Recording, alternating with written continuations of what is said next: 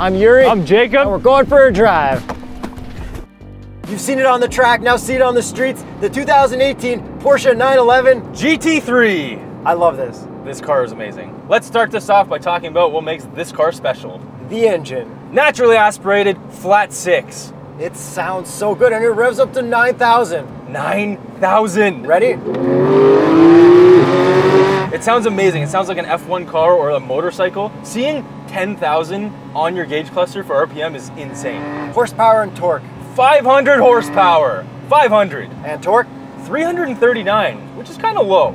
It's not the fastest car ever, but it is very, very fast. And the only reason I say it's not the fastest car ever is because we've also driven the GT2 RS. We've been a little bit spoiled. Jumping from a Carrera T into this, you would poop your pants. Jumping from this to a GT2 RS, you would also poop your pants. But jumping back from a GT2 RS to a GT3, you kind of unpoop your pants. This is like training wheels. Yeah, but this is so good. Really fast training wheels. I love this car. Tell me more about GT models. GTs are Porsche's special models. They are the fastest ones. They're built in a completely separate factory, a completely separate region in Germany.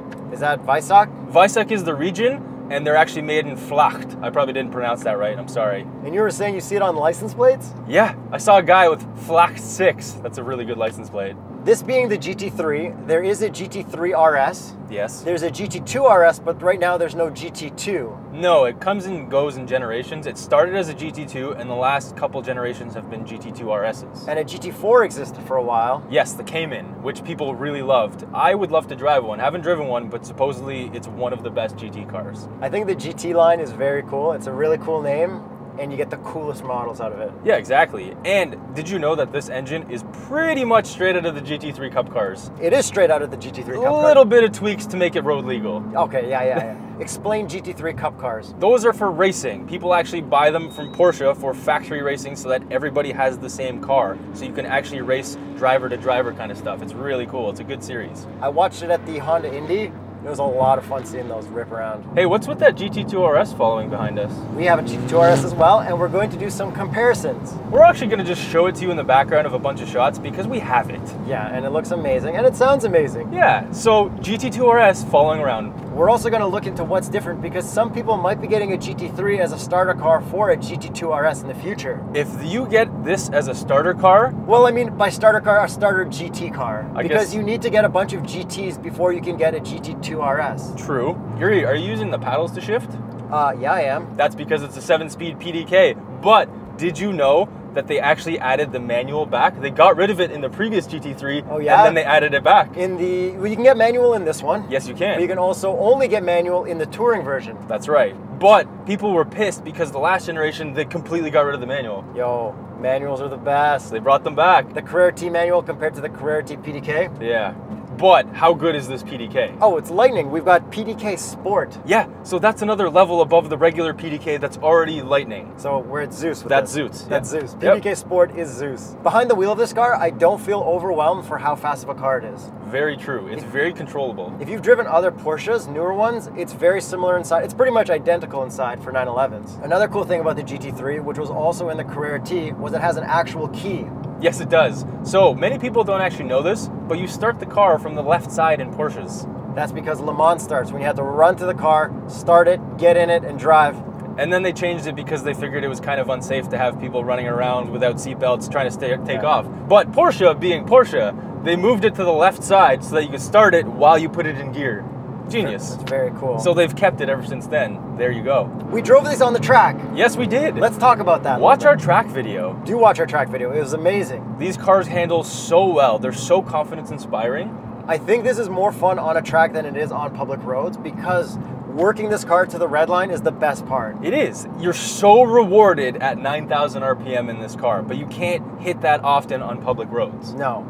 But it does look amazing on public roads as well. Yes, it does. Let's dig into looks a little bit before I let you drive. The wing. It's amazing. It is. Nice, big, color matched wing. And it's huge. They repositioned it from the previous generation and they made it slightly bigger. It blocks pretty much all the important things behind me in my rear view. So you could probably see it somewhere over here in this camera. But like it actually gets in the way of cars. It's amazing. I love the little 4.0 badge underneath the wing. What does the 4.0 stand for?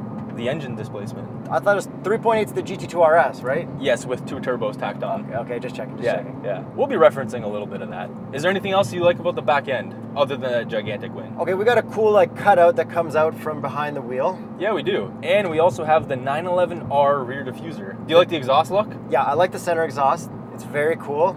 I think my favorite part though is the ram air. The ram air at the back where the engine is? Yeah, because I grew up with Firebirds, Trans Ams, Camaros. People would throw ram air on them. It had ram air. I love ram air. Fair enough.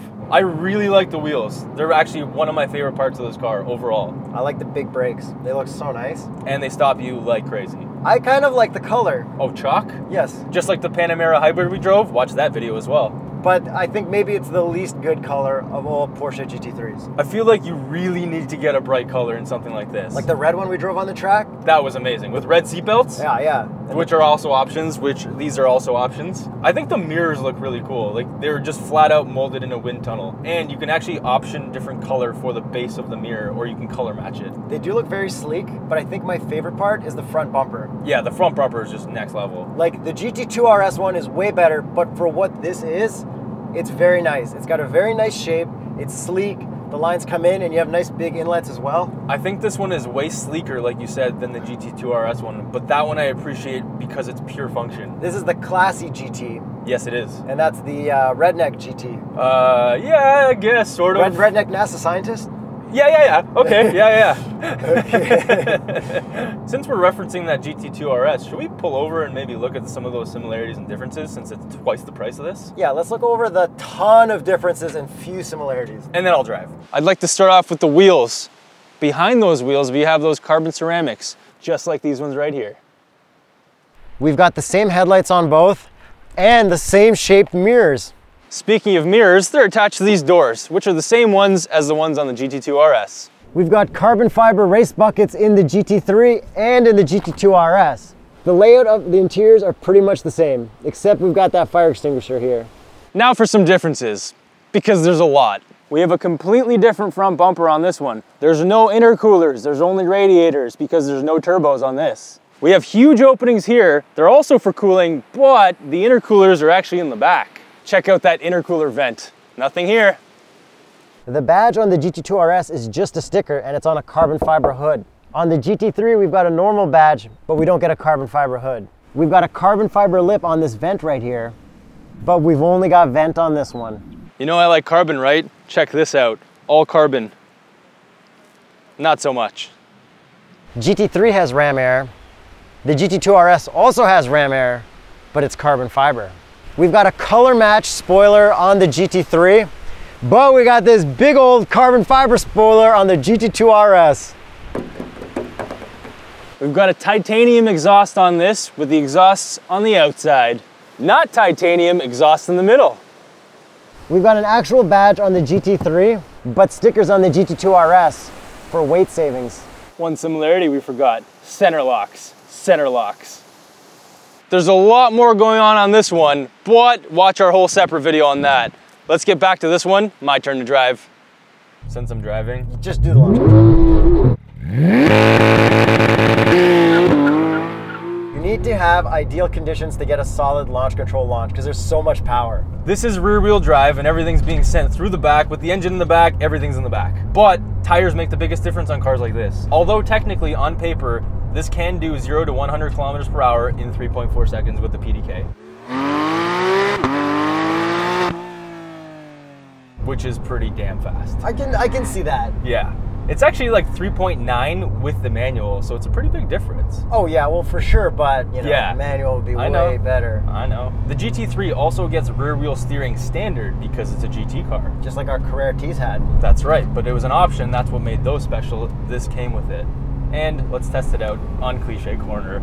Little bit of a send. We can't send too much because the roads are not warmed up, the tires are not warmed up. You cannot use the full potential of this car, not even close to what it can do on a public road. But if you go to track days, it's perfect. Go to Porsche track days. We don't sell them, but they're so good. We learn so much on Porsche track days. You learn how to smile. Yeah, and send, because the instructors actually know how to teach you really well. Back to the suspension though, it handles so flat, the turn-in is so good, and we have adjustable suspension. So you hit that button, firms up. But between both the modes, I honestly don't notice that big of a difference. Because it's so race car to begin with. Exactly. It's already so stiff that it doesn't even matter. So you might as well just leave it in the stiffest mode and enjoy it. Speaking of modes, this does not have a sport mode, but it only has a sport PDK. Because we're sitting in sport mode. Yeah, the car is always sport mode.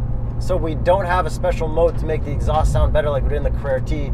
The exhaust just always sounds crazy. Well, there is an exhaust button, but it doesn't add burbles and pops. It just makes it louder. It just makes it louder. And this doesn't burble and pop. No, it doesn't. It just sounds nasty the whole way through. It sounds so good in the higher RPMs. Yuri, do you mind? Yeah, go.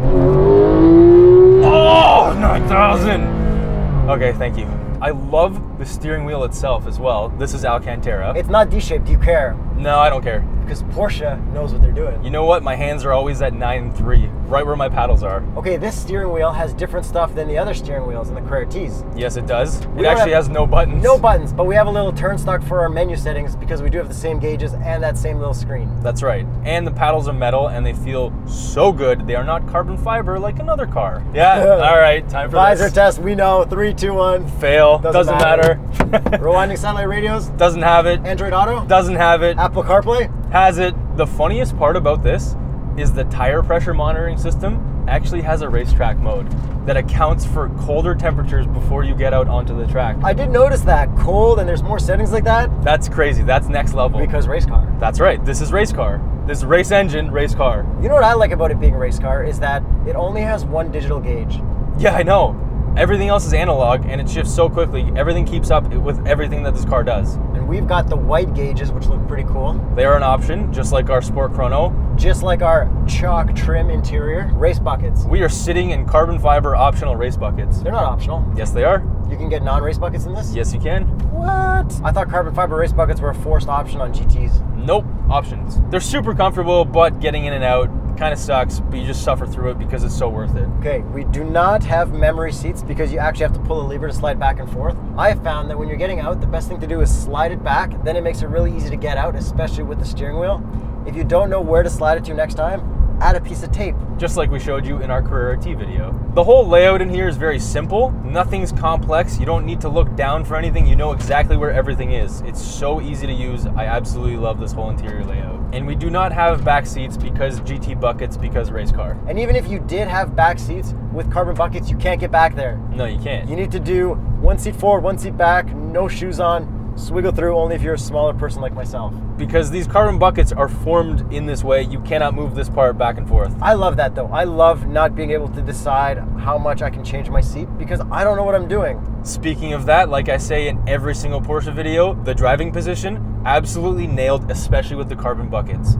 It's so good, you're so low to the ground, I absolutely love it. We've got manual adjustment for the steering wheel, which is so good. Yeah, it's so easy to use. In race cars, I think you need this instead of electronic. I agree. I don't want to wait. If I ever want to readjust quickly on the track, it's just boom, boom. Yeah. I'm kind of cheesed we don't have straps for the doors. Yeah, I know. Oh, yes.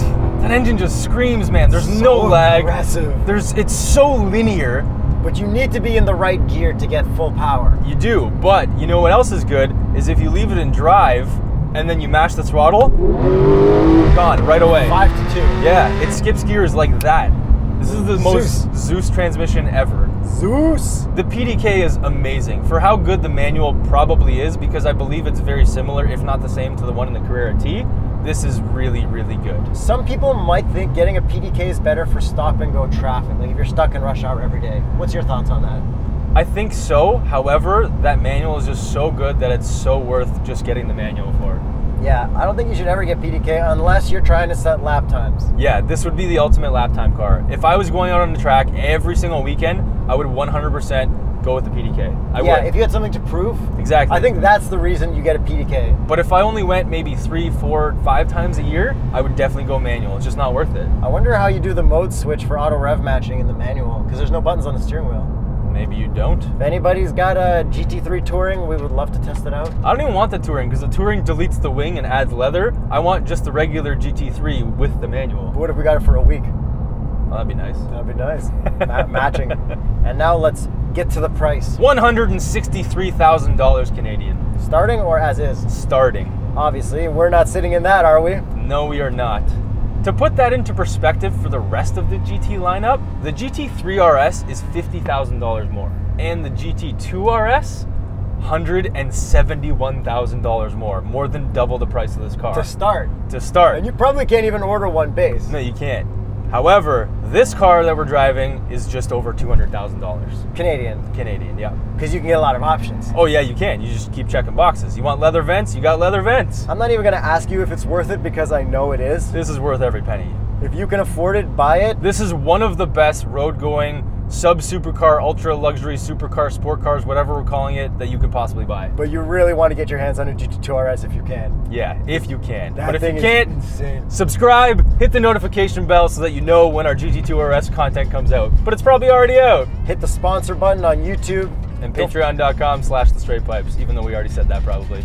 And if by chance you're a GT3 owner, leave a comment below. Let us know you're a GT3 owner, and we will heart that comment so everybody knows you got one of these. You're the man, you're the woman. We want to know everything about it, everything you like about it.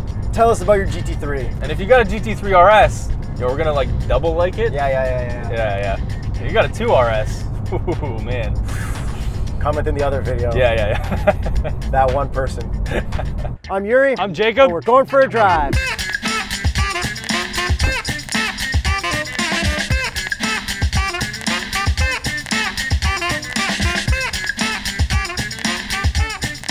This is a subscription break. Don't forget to subscribe. Subscribe right now. Subscribe. We didn't do that.